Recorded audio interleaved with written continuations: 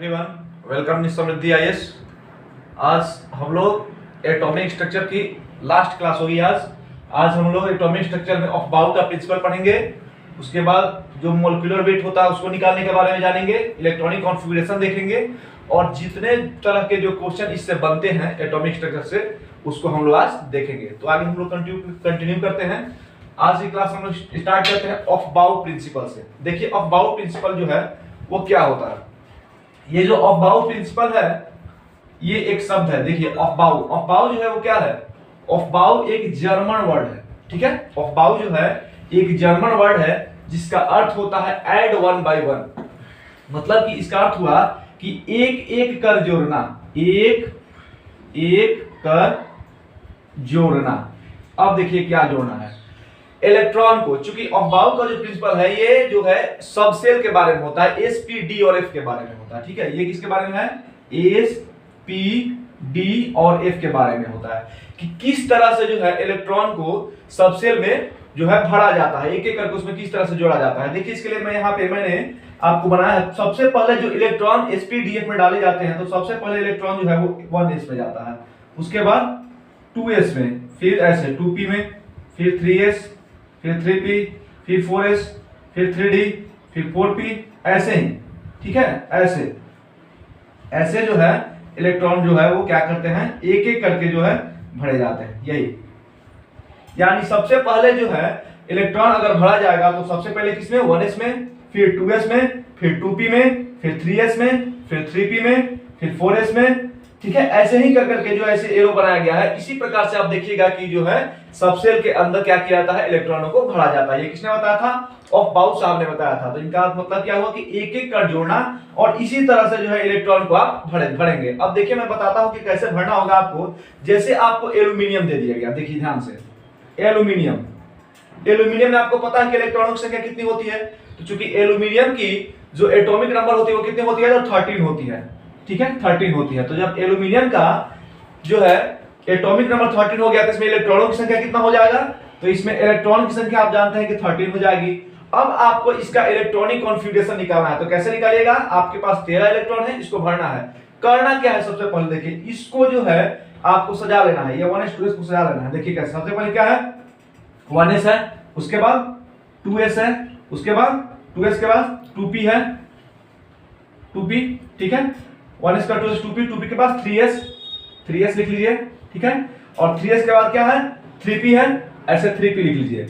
अब देखिए कि इतना तक आपका इलेक्ट्रॉन जो है आता है या नहीं आता। आपके पास कितना है, 13 इलेक्ट्रॉन है। इसको आप इसमें आप क्या करिए, पुट कीजिए। तो आपको पता है मैंने पिछले क्लास में बताया था कि एस सबसेल में अधिक से अधिक कितने इलेक्ट्रॉन आते हैं, पी में अधिक से अधिक कितने इलेक्ट्रॉन आते हैं, डी में अधिक से अधिक कितने इलेक्ट्रॉन आते हैं और एफ में अधिक से अधिक कितने इलेक्ट्रॉन। आपको पता है कि एस में जो है सबसे अधिक कितने, 2, पी में 6, डी में 10 और एफ में 14 इलेक्ट्रॉन होते हैं। तो यहाँ पे क्या है, 1s है। तो 1s में कितना हो जाएगा, तो 1s2, 2s में कितना हो जाएगा, तो एस में 2 होता है तो 2 हो जाएगा। पी में कितने होते हैं, 6 हो जाएगा। तो 2, 4 और 6, 10 इलेक्ट्रॉन आपके पास हो गए। अब यहाँ पे कितना बच गया, 3, तो 3 यहाँ पे भर देते हैं। इसमें कितना हो जाएगा, 2 और पी में 1 हो गया। यही ऐसे ही आप इलेक्ट्रॉनों को क्या करते हैं, एक एक करके जो है सबसेल के अंदर भरते हैं। और ये किसने बताया था, तो ये ऑफ बाउ साहब ने बताया था। क्या बताया था ऑफ बाउ ने, कि एक एक करके इलेक्ट्रॉनों को जो है जोड़ा जाता है सबसेल के अंदर, ठीक है। सबसेल के अंदर में यही इनका ऑर्डर था, ऐसे ही उन्होंने बताया था। एक एग्जांपल आपको और मैं समझा देता हूं।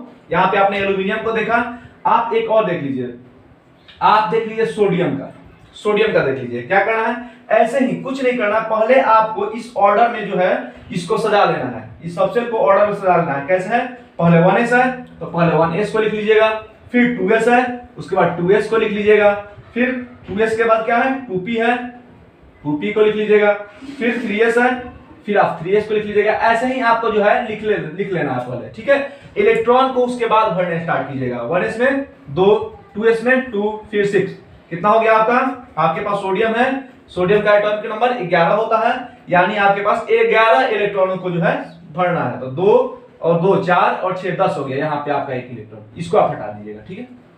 तो ये आपका हो गया एक। इस तरह से आप इलेक्ट्रॉनिक कॉन्फ़िगरेशन जो है वो बना सकते हैं, ठीक है। तो ये किसका नियम था, ऑफ बाउ का नियम था। और इस अनुसार जो है आप इलेक्ट्रॉनिक विन्यास जो है निकाल सकते हैं ऑफ बाउ के सिद्धांत के आधार पर, यानी एसपीडीएफ के आधार पर आप इस प्रकार से इलेक्ट्रॉनिक विन्यास निकाल सकते हैं। इसके बाद और एक मैं आपको मेथड बता देता हूं किस तरह से आपको इलेक्ट्रॉनिक इम्पीडेंस निकालना होगा, और वहीं से आपको बहुत सारे क्वेश्चंस देखने को मिलेंगे। देखिए, जब आप यहां से, जैसे आपको दे दिया सोडियम को दे दिया, सोडियम का 11, इसका इलेक्ट्रॉन वितरण देखिए कैसे होता है सेल के आधार पर, अकॉर्डिंग टू सेल, के एल एम जो ऐसे आप देखते थे। तो अब इसको आप क्या करिएगा, चूंकि यहां पे सोडियम 11 होता है तो 11 इलेक्ट्रॉन है, आप इसको देखिए कैसे आप डिस्ट्रीब्यूट कीजिएगा। पहले सेल में 2 इलेक्ट्रॉन, दूसरे में 8, तीसरे में 1, यहां से। अब देखिए यहां से क्वेश्चंस कैसे बनते हैं आपके यहां से देखिए कितने क्वेश्चन बनते हैं। सबसे पहले आपसे इसमें से पूछा जाएगा इसमें वायलेंस इलेक्ट्रॉन कितने होते हैं, ठीक है, वायलेंस इलेक्ट्रॉन, वायलेंस इलेक्ट्रॉन, ठीक है। उसके बाद पूछा जाएगा कोर इलेक्ट्रॉन कितने होते हैं, यहां पे कोर इलेक्ट्रॉन। उसके बाद पूछा जाएगा कि यहां पे वायलेंसी कितनी होती है, वायलेंसी कितनी होती है। उसके बाद पूछा जाएगा चार्ज कितना होता है। उसके बाद पूछा जाएगा कि मेटल है या नॉन मेटल है। देखिए, मेटल है या नॉन मेटल है, नॉन मेटल है।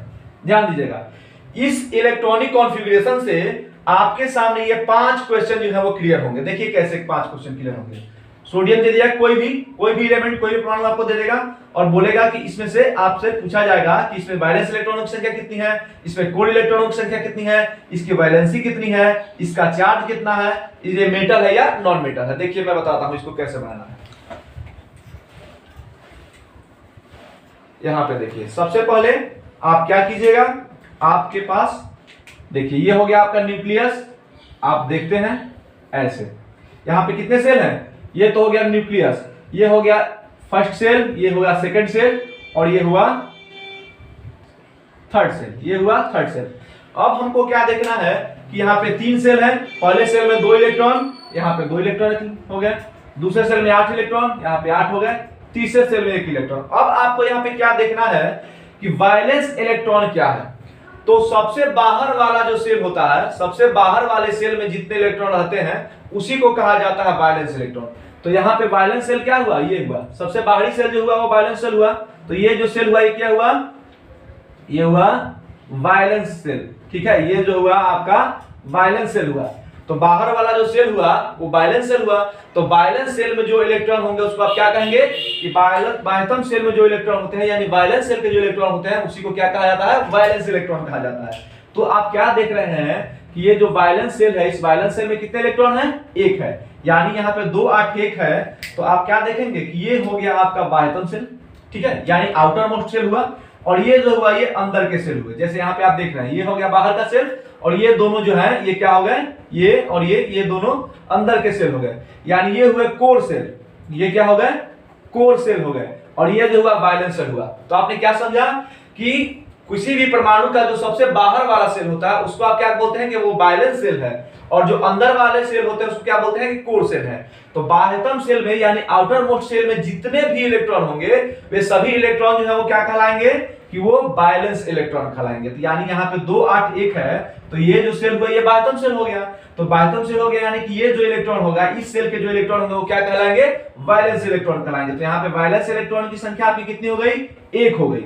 उसके बाद क्या बताया कि कोर इलेक्ट्रॉन, तो बाह्यतम सेल को छोड़ देते हैं, आउटर मोस्ट सेल को छोड़ दीजिए, और उसके अंदर जितने भी सेल बच जाते हैं वे सभी सेल जो है वो क्या कहलाते हैं, कोर सेल कहलाते हैं। तो ये दोनों जो सेल यहाँ बच गए ये क्या हो गए, कोर सेल हो गए। तो कोर सेल में इलेक्ट्रॉनों की संख्या कितनी हो गई, तो कोर सेल में एक वायलेंस सेल के इलेक्ट्रॉन को अगर आप छोड़ देते हैं तो बाकी जितने भी रेस्ट इलेक्ट्रॉन बचते हैं वो क्या है, वो कोर सेल के इलेक्ट्रॉन होंगे। तो 2 और 8 दोनों को आप ऐड कर दीजिए तो कोर इलेक्ट्रॉनों की संख्या कितनी हो जाएगी, 10 हो जाएगी। तो यहाँ पे आपने क्या देखा कि ये सोडियम का जो परमाणु है इसके बाह्यतम इलेक्ट्रॉन यानी वायलेंस इलेक्ट्रॉन की संख्या 1 हुई और कोर इलेक्ट्रॉन की संख्या जो है क्या हुई, 10 हुई। तो वायलेंस इलेक्ट्रॉन और कोर इलेक्ट्रॉन आपने समझा। अब देखिए वायलेंसी क्या होती है, वायलेंसी क्या होती है, ठीक है। इसको मैं मिटाता हूं फिर आपको समझा देता हूं, ठीक है। यहां देखिए, तो आपने देखा था ये था सोडियम जिसका 2 8 1 क्या था, इलेक्ट्रॉनिक कॉन्फ़िगरेशन था। यहां पे वायलेंस इलेक्ट्रॉन कितनी हो गई, 1 हो गई। इसका कोर इलेक्ट्रॉन कितना हो गया, 10 हो गया। अब इसकी वायलेंसी, तो वायलेंसी में आपने क्या देखा, चूंकि इसके बाह्यतम सेल में एक इलेक्ट्रॉन, तो वैलेंसी के लिए देखिए क्या होता है, वैलेंसी Va, वैलेंसी यानी संयोजकता क्या है, संयोजकता क्या होगी। तो किसी भी परमाणु में अगर उसके बाह्यतम सेल में यानी आउटर मोस्ट सेल में अगर 1, 2 और 3, ठीक है, ध्यान दीजिएगा, अगर बाह्यतम सेल में 1, 2 और 3 इलेक्ट्रॉन होंगे तो उसकी वैलेंसी 1, 2 और 3 ही होगी। यानी जितने इलेक्ट्रॉन 1, 2, 3 तक अगर बाह्यतम सेल में आउटर मोस्ट सेल में इलेक्ट्रॉनों की संख्या 1, 2 और 3 यानी 1, 2 और 3 होगी तो उस परमाणु की वैलेंसी जो होगी वो 1, 2, 3 ही होगी। यानी यहां पे आपने देखा सोडियम के बाह्यतम सेल में 1 इलेक्ट्रॉन है तो सोडियम की संयोजकता जो होगी वो क्या होगी, 1 होगी।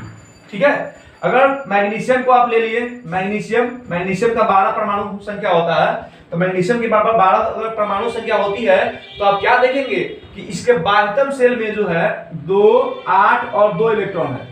तो इसके बाह्यतम सेल में 2 इलेक्ट्रॉन, तो इसकी वैलेंसी कितनी हो जाएगी, 2 हो जाएगी। ठीक है, इसकी वैलेंसी कितनी हो जाएगी, 2 हो जाएगी, इसकी वैलेंसी 2 हो जाएगी। वहीं पे अगर आप एल्यूमिनियम को लेते हैं, एल्यूमिनियम को देख लीजिए, एल्यूमिनियम का एटॉमिक नंबर 13 होता है, तो एल्यूमिनियम में इसका 13 हो गया, इसका इलेक्ट्रॉनिक कॉन्फ़िगरेशन पहले निकालेंगे, 2, 8, 3। यहां पे आपने क्या देखा कि यहां पे जो है इसके बाह्यतम सेल में इलेक्ट्रॉनिक संख्या कितनी हो गई, 3 हो गई। तो आप क्या बोलेंगे कि एल्यूमिनियम की वैलेंसी जो है, इसकी वैलेंसी जो है वो कितनी हो जाएगी, 3 हो जाएगी। तो इस प्रकार से आप वैलेंसी निकाल सकते हैं। तो आपको क्या मिल गया, आपको मिल गया वैलेंस इलेक्ट्रॉन मिल गया, आपको कोर इलेक्ट्रॉन मिल गया और आपको वैलेंसी मिल गई। अब देखिए आपको क्या निकालना है, अब आपको चार्ज निकालना है। देखिए, तो ये तो वैलेंसी आपने 3 तक देखी, लेकिन अगर बाह्यतम सेल में इलेक्ट्रॉनों की संख्या 5, 6 और 7 हो जाए तब आप क्या कीजिएगा। देखिए, अगर आपके बाह्यतम सेल में जैसे आपको क्लोरीन दे दिया गया, ठीक है, अब क्लोरीन की परमाणु संख्या कितनी होती है, तो 17 होती है। अब इसका इलेक्ट्रॉन डिस्ट्रीब्यूशन कीजिए, देखिए कैसे होगा। फर्स्ट सेल में 2 इलेक्ट्रॉन, दूसरे सेल में 8 इलेक्ट्रॉन, तीसरे सेल में 7 इलेक्ट्रॉन। अब यहां पे आप क्या देखेंगे कि ये जो क्लोरीन का परमाणु है इसका वैलेंस इलेक्ट्रॉन 7 हो गया, कोर इलेक्ट्रॉन इसका 8, 2, 10 हो गया। वैलेंसी इसकी क्या होगी, तो वैलेंसी के लिए मैंने बताया कि आउटर मोस्ट सेल में अगर 1, 2 और 3 इलेक्ट्रॉन होंगे तो उसकी वैलेंसी तो 1, 2, 3 हो जाएगी। लेकिन अगर 5, 6 और 7 हो जाए तो उसके लिए आप क्या कीजिएगा, उसकी वैलेंसी जो हो जाएगी, उसकी वैलेंसी जिसकी बाह्यतम सेल में 5, 6 और 7 इलेक्ट्रॉन होंगे 8 - 5, 6 और 7। अगर 5 होंगे तो 8 - 5, 6 होंगे तो 8 - 6 और 7 होंगे तो 8 - 7। यानी 8 में से 5, 6 और 7 जितने उसके बाह्यतम इलेक्ट्रॉन होंगे, बाह्यतम सेल में इलेक्ट्रॉन होंगे, उसको आप माइनस कर दीजिएगा। जैसे देखिए क्लोरीन में है, क्लोरीन का कितना है बाह्यतम सेल में, 7 इलेक्ट्रॉन, तो 8 - 7 = 1। तो क्लोरीन की वैलेंसी कितनी हो जाएगी, 1 हो जाएगी। ठीक है, तो ध्यान रखिएगा वैलेंसी जो होता है, वैलेंसी पॉजिटिव नेगेटिव नहीं होता है, पॉजिटिव नेगेटिव जो होता है वो चार्ज होता है। अभी देखिए चार्ज क्या होगा, तो आपने यहां पे देखा क्लोरीन की वैलेंसी क्या हो गई, 1 हो गई, सोडियम की वैलेंसी क्या हो गई, 1 हो गई, मैग्नीशियम की वैलेंसी क्या हुआ, 2 हुआ, और एल्यूमिनियम का वैलेंसी क्या हुआ, 3 हुआ। एक और देख लीजिए, सल्फर की देख लीजिए, सल्फर कितना होता है, 16। देखिए सल्फर को देखिए,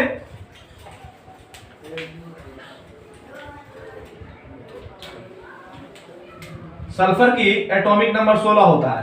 ठीक है, अब इसका आप इलेक्ट्रॉन डिस्ट्रीब्यूशन कीजिए, 2, 8, 6।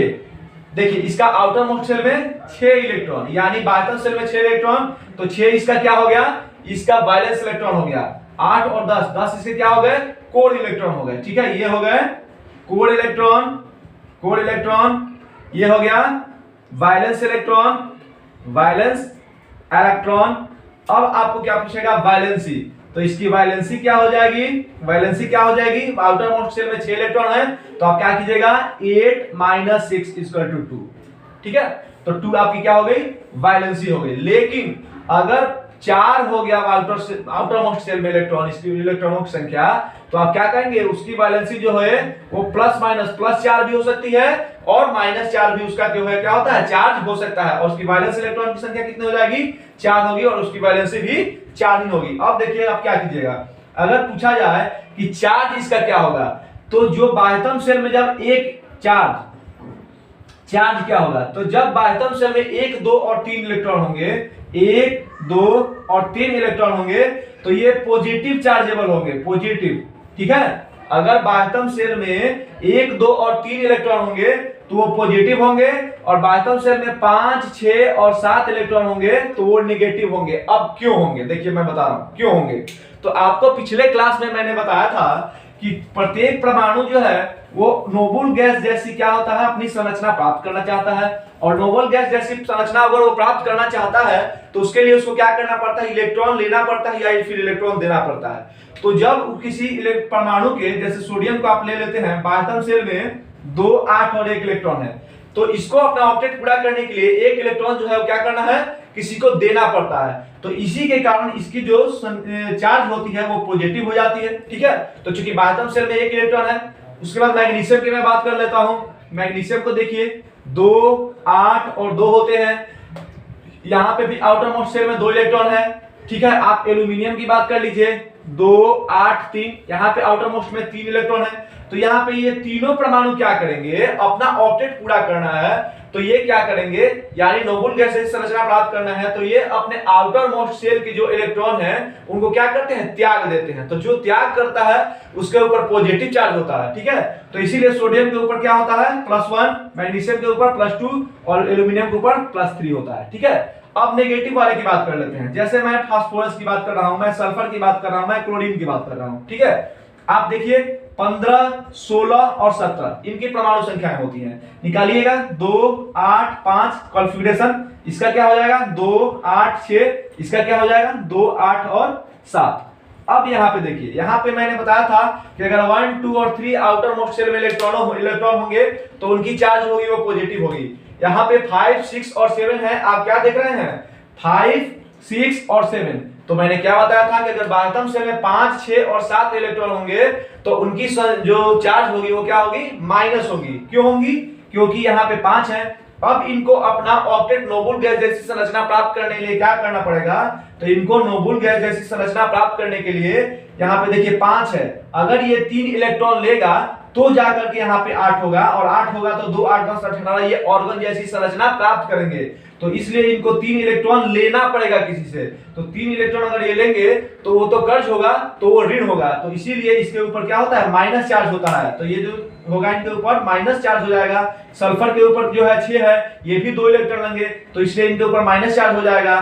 क्लोरीन है 7 है, इनको भी 1 इलेक्ट्रॉन लेना पड़ेगा, तो इनका जो चार्ज होगा क्या हो जाएगा, माइनस हो जाएगा। और संयोजकता इनकी क्या हो जाएगी, इसकी चूंकि 3 ले रहे हैं तो 3, ये 2 ले रहा है तो 2, और ये 1 ले रहा है तो 1, तो ये चार्ज इनके ऊपर क्या हो जाएगा, माइनस चार्ज हो जाएगा, और इनके ऊपर क्या हो जाएगा, प्लस चार्ज हो जाएगा। तो वैसे परमाणु जो इलेक्ट्रॉन ग्रहण करते हैं, किसी से इलेक्ट्रॉन लेते हैं, उनके ऊपर कौन सा चार्ज हो जाएगा, माइनस चार्ज हो जाएगा। और वैसे परमाणु जो किसी को इलेक्ट्रॉन देते हैं उनके ऊपर कौन सा चार्ज हो जाएगा, तो उनके ऊपर पॉजिटिव चार्ज हो जाएगा।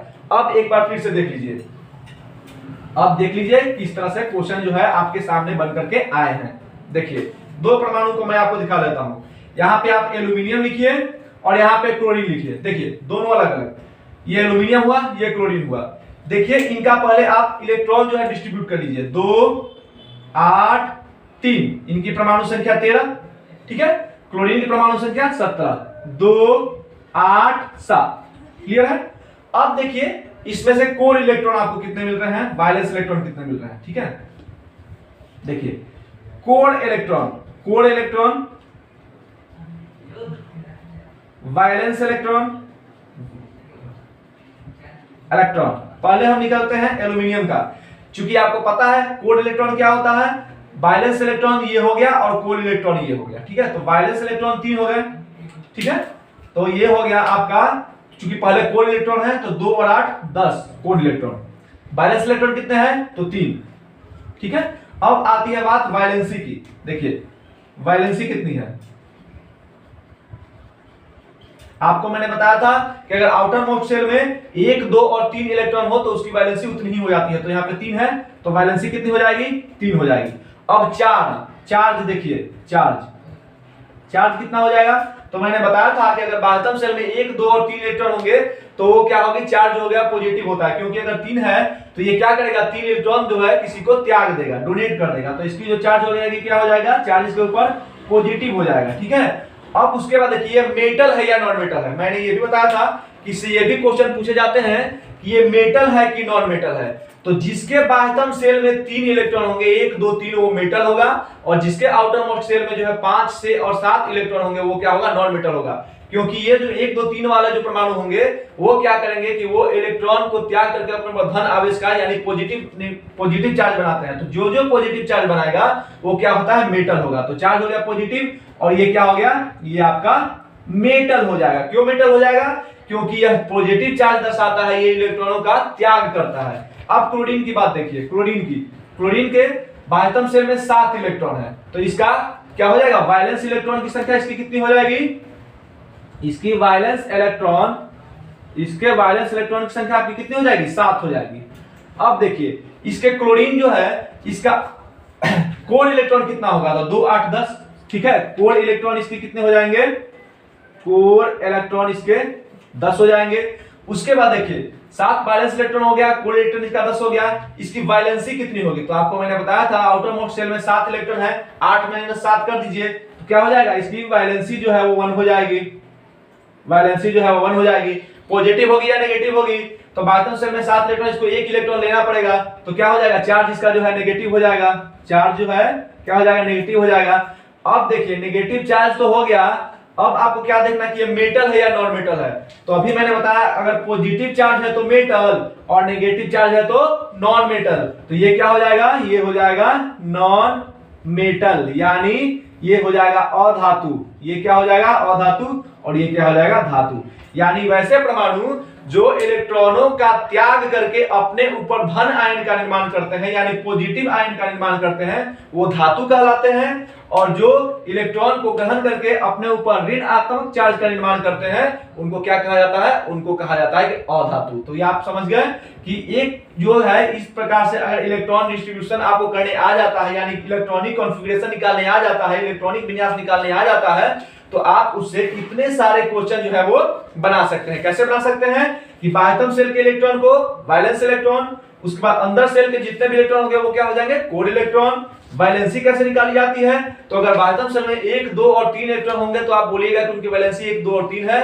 अगर 5 6 7 है तो आप क्या करिएगा कि 8 में से उसको माइनस कर दीजिएगा, जितना आएगा वो आपके की वैलेंसी हो जाएगी। और चार्ज क्या होगा कि जितना इलेक्ट्रॉन त्यागता है उतना पॉजिटिव होगा और जितना इलेक्ट्रॉन ग्रहण करता है उतना क्या होगा, नेगेटिव चार्ज हो जाएगा। अगर नेगेटिव चार्ज होगा तो वो अधातु होगा, अगर पॉजिटिव चार्ज होगा तो वो क्या होगा, धातु होगा। ठीक है। अब देखिए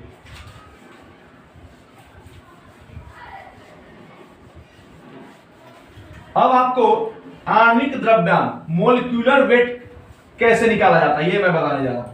क्वेश्चन पूछता है कि आणविक द्रव्यमान क्या होगा। जैसे आपसे पूछ देगा क्वेश्चन, ऐसे पूछता है कि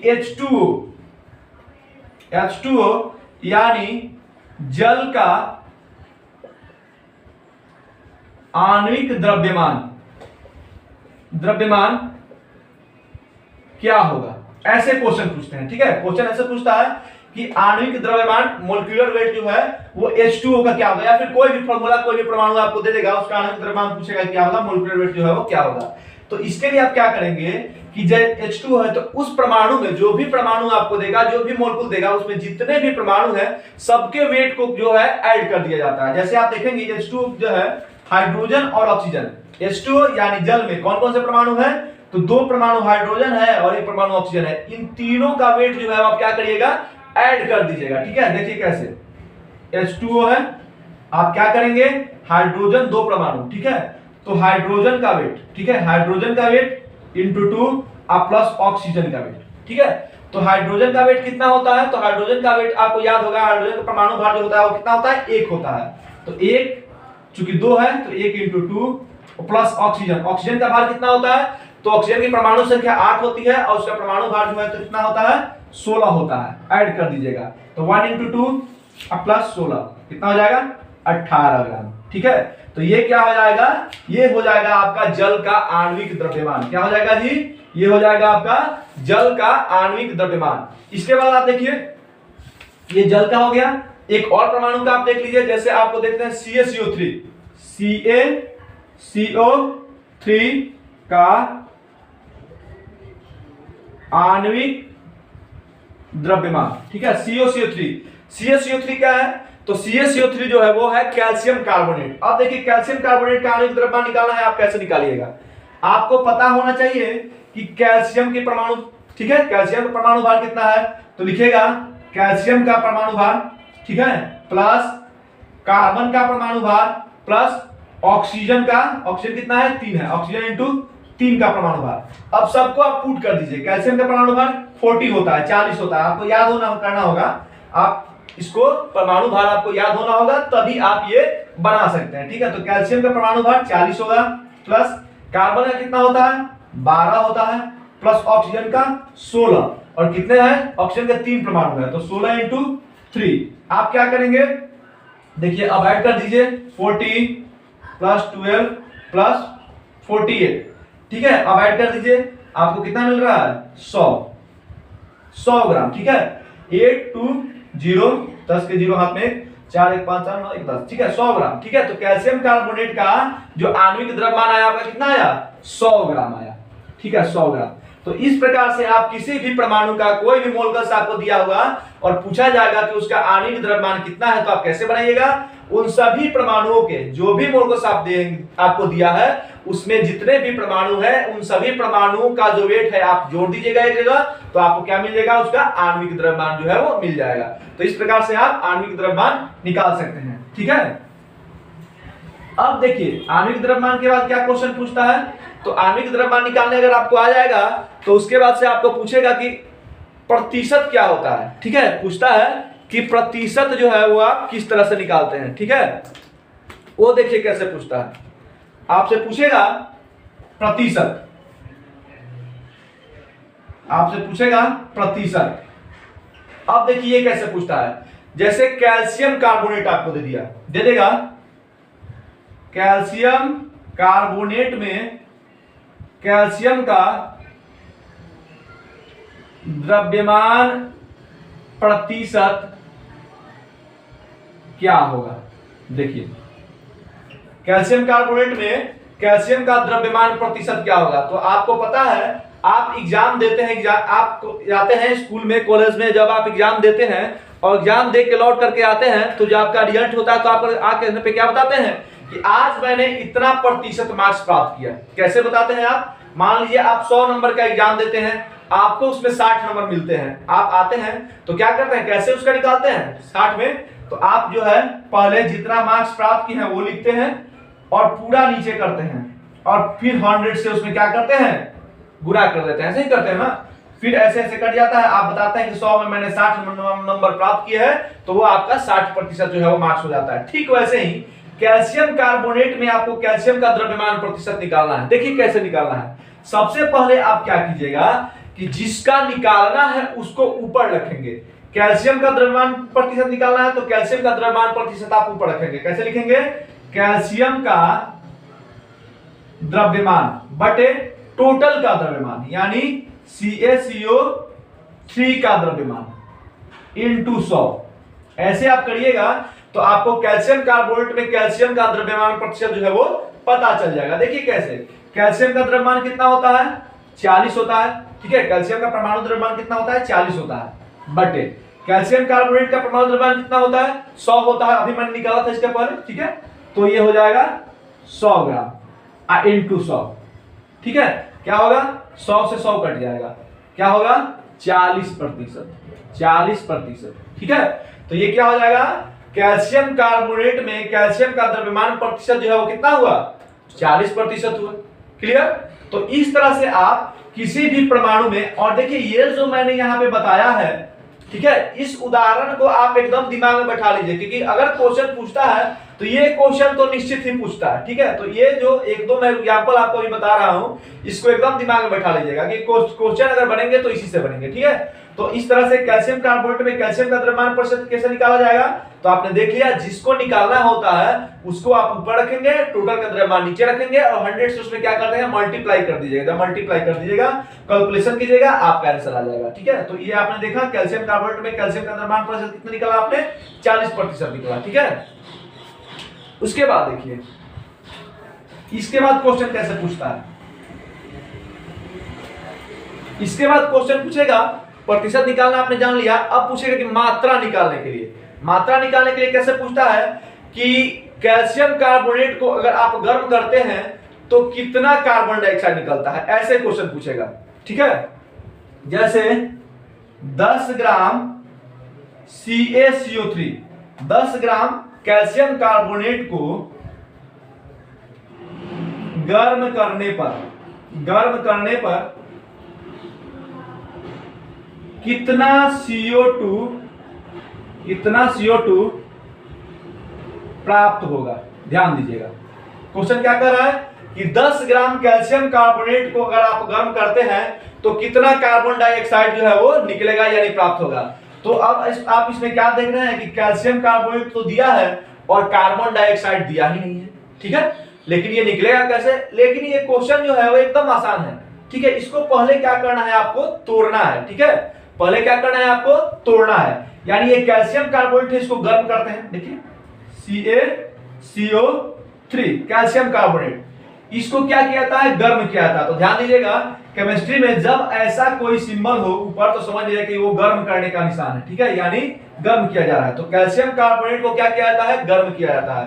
तो जब कैल्शियम कार्बोनेट को गर्म करेंगे तो क्या होगा, ये टूटेगा। आप देखते हैं किसी भी चीज को अगर आप गर्म करते हैं, हीट देते हैं तो क्या होता है, वो टूटता है, फैलता है। ठीक है, तो इसको आप गर्म करते हैं तो कैल्शियम कार्बोनेट क्या होता है, CaO और प्लस CO2 में टूट जाता है। ठीक है, तो यहाँ पे क्या है क्वेश्चन कि 10 ग्राम CaCO3 को गर्म करने पर कितना CO2 प्राप्त होता है। तो यहाँ पे CO2 आपको दिखाई दे दिया, यहाँ पे कैल्शियम कार्बोनेट दिखाई दे दिया।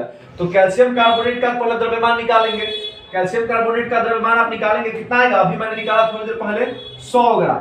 100 ग्राम इसका क्या होता है, कैल्शियम कार्बोनेट का द्रव्यमान होता है। इसको आप निकाल सकते हैं। देखिए फिर से मैं निकाल देता हूं। कैल्शियम का होता है 40 प्लस कार्बन का होता है 12 और प्लस ऑक्सीजन का 16, ऑक्सीजन के 3 परमाणु है तो 16 3 48। आप इसको कैलकुलेशन कीजिएगा, 100 ग्राम आएगा। तो यानी 100 ग्राम कैल्शियम कार्बोनेट हो गया। अब 100 ग्राम कैल्शियम कार्बोनेट को आप गर्म करते हैं तो आपको कितना कार्बन डाइऑक्साइड मिलता है। तो कार्बन डाइऑक्साइड का द्रव्यमान निकालिए। यहाँ पे कितना आता है, कार्बन का होता है 12, ऑक्सीजन का होता है कितना, 16 और 16 ऑक्सीजन के 2 परमाणु है तो कार्बन प्लस 16 इंटू 2 क्या हो जाएगा, तो हो जाएगा आपका 12 और प्लस 32 यानी 44 ग्राम। 44 ग्राम। आपने क्या देखा, ध्यान दीजिएगा कि 100 ग्राम कैल्शियम कार्बोनेट को गर्म करते हैं तो 44 ग्राम आपको क्या मिलता है, CO2 मिलता है। CO2 मिलता है। देखिए इससे आपको कोई मतलब नहीं है, ये जो कैल्शियम ऑक्साइड है इससे आपका कोई मतलब नहीं है। क्यों मतलब नहीं है, क्योंकि आपको कार्बन डाइऑक्साइड बताना है कि कार्बन डाइऑक्साइड कितना मिल रहा है। ठीक है, तो 100 ग्राम कैल्शियम कार्बोनेट को आपने गर्म किया तो 44 ग्राम आपको क्या मिला, कार्बन डाइऑक्साइड मिला। तो आपको कितना निकालना है कि 10 ग्राम कैल्शियम कार्बोनेट को गर्म करने पर कितना मिल रहा है। ठीक है, तो इसलिए अब 1 ग्राम पर देखते हैं। 1 ग्राम को गर्म करते हैं तो कितना मिलता है, तो क्या हो जाएगा 44/100 हो जाएगा। उसके बाद क्या कीजिएगा, आपको 10 पे निकालना है तो आप क्या कीजिएगा 10 ग्राम को, क्योंकि 10 ग्राम को कैल्शियम कार्बोनेट को आप गर्म करते हैं तो कितना मिलता है, तो 44/100 इंटू 10। अब क्रॉस मल्टीप्लिकेशन कर दीजिए, 1 शून्य से 1 शून्य कट जाएगा और यहाँ पे क्या हो जाएगा 44/10 हो जाएगा, बराबर क्या हो जाएगा 4.4%। कोई दिक्कत, कोई प्रॉब्लम नहीं। तो इस तरह से आप लोग क्या कर सकते हैं, इस प्रकार से आप लोग बता सकते हैं कि 10 ग्राम कैल्शियम कार्बोनेट या फिर किसी भी तरह इस प्रकार का कोई भी अगर क्वेश्चन हो तो आप क्या करेंगे, पहले उसको तोड़ देंगे और उसके बाद आप ऐसे उसका क्या होता है कैलकुलेशन करके आप निकाल सकते हैं कि कितनी मात्रा है, कितना प्रतिशत है। ठीक है, इस प्रकार से आप उसको निकाल सकते हैं, बना सकते हैं। ठीक है, तो अब एक चीज और मैं बता दूं, आप लोगों ने क्या क्या देखा, आप लोगों ने देखा कि आज की क्लास में कि ऑफ बाउल का प्रिंसिपल, ठीक है, ऑफ बाउल का प्रिंसिपल देखा। ठीक है, ऑफ बाउल प्रिंसिपल में क्या होता है कि एक एक करके, ऑफ बाउल का मतलब क्या होता है, मैं एक बार सबको आपको फिर से क्लियर कर दूं।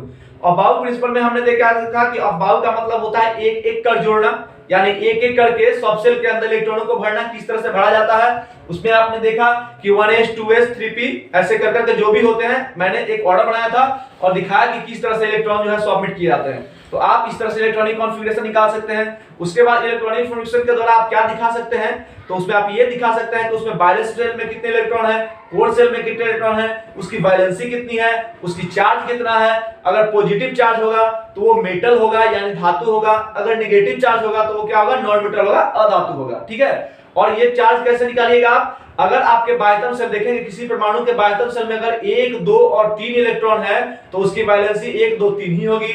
अगर बायतम सेल में 5 6 7 इलेक्ट्रॉन होंगे तो उसकी वैलेंसी के लिए आप 8 में से उसमें से माइनस कर सकते हैं, जितना आएगा वो आपकी वैलेंसी हो जाएगी। अगर 5 6 7 बायतम सेल में होगा तो वो नेगेटिव होगा यानी अधातु होगा।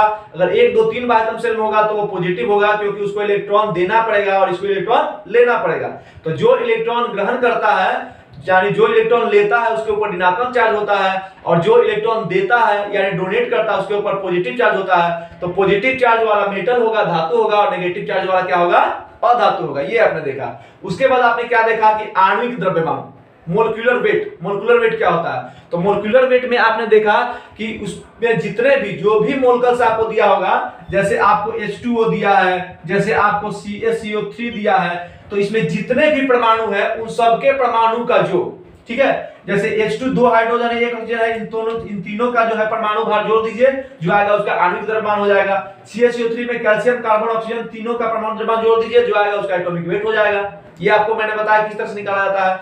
उसके बाद इसमें द्रव्यमान प्रतिशत किस तरह से निकाला जाता है, तो जिसका द्रव्यमान निकालना होगा वो ऊपर रहेगा और टोटल जो है नीचे रहेगा, उसको 100 से आप मल्टीप्लाई कर दिएगा, जो आएगा आपका द्रव्यमान प्रतिशत आ जाएगा। उसके बाद मैंने बताया कि उसकी मात्रा किस तरह से निकाली जाती है। जैसे अभी मैंने बताया कि 10 ग्राम CaCO3 को गर्म करने पर कितना कार्बन डाइऑक्साइड मिलेगा। आप क्या करेंगे, पहले उसको तोड़ देंगे कार्बन डाइऑक्साइड में, जब कार्बन डाइऑक्साइड मिल जाता है तो आप उसके बाद उसको क्रॉस मोल जो है क्या कीजिएगा, आप उसका कैलकुलेशन कर लीजिएगा और उसके बाद आपका आंसर जो है वो आ जाएगा। पहले उसको तोड़ना जरूरी है। इसमें थोड़ा सा बस आप क्या करना है, आप अपने दिमाग में एक एक एग्जांपल सेट रखिए और हर जो भी आपको प्रॉब्लम होगा वो आप यहां से देख सकते हैं, आपको कोई दिक्कत नहीं होगा। ठीक है, तो आज की क्लास जो थी वो एटॉमिक सिस्टम की अंतिम क्लास थी।